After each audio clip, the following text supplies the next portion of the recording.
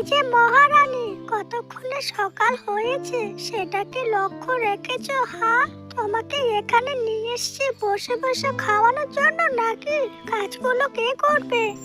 আবার fail fail করে আমার মুখের দিকে কি তাকিয়ে আছিস? হ্যাঁ, যা যা কাজ কর গিয়ে। রান্না বান্না ছাড় দেওয়া কত কাজ পড়ে আছে। আর মহারানী সকালে ঘুম থেকে দেরি করে উঠছে।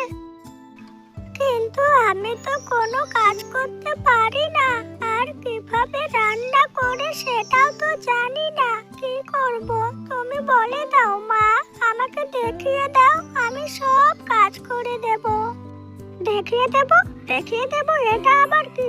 এত বড় একটা মেয়ে আর কোনো কাজ পারে না, এটা কি করে হয়? সেই জন্যই তোকে তোর মা বাবা জঙ্গলে ছেড়ে গেছে। যা যা নিজে কর যা।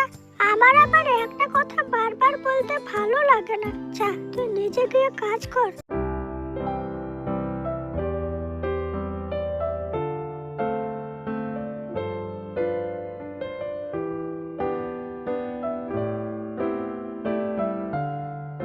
আমার কপালটাই পড়া, না হলে এসব আমার কপালে জোটে।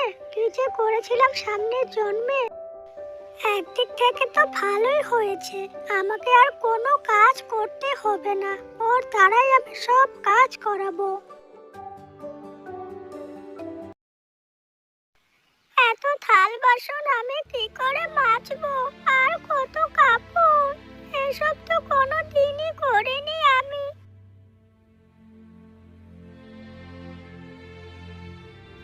মা, তুমি কোথায়? আমাকে একা ছেড়ে চলে গেছো। আমার ভালো লাগছে না। এই মা আমাকে দিয়ে অনেক কাজ করাচ্ছে। তুমি কোথায়? নিয়ে যাও আমাকে।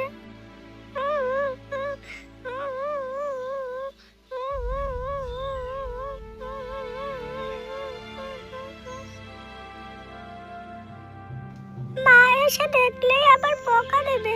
যাই কাজ করি যতটুকু পারি।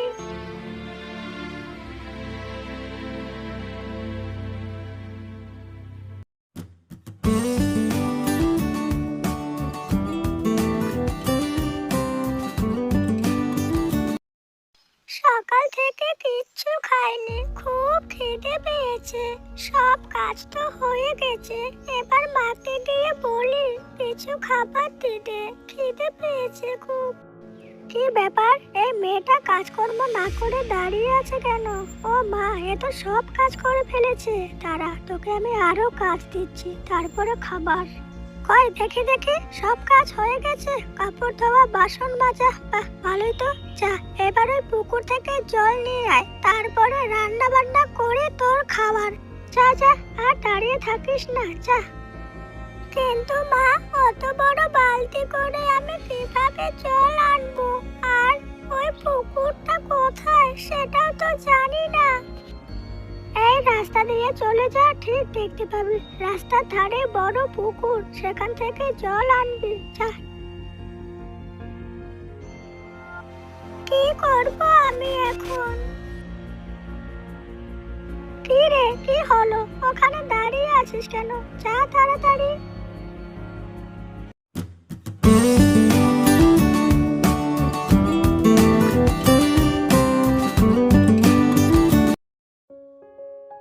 তুই কি ভেবেছিস তোকে আমি বসে বসে খাওয়াবো? তার জন্য তোকে আমি জঙ্গল থেকে আনিনি। এই বাড়ির সমস্ত কাজ তোকে দিয়ে করাবো, তারপরেই তুই খাবার পাবি। আর যদি না করিস তাহলে আমার থেকে কেউ ভয়ানক হবে না। হ্যাঁ, এই কথাটা সব সময় মাথায় রাখিস।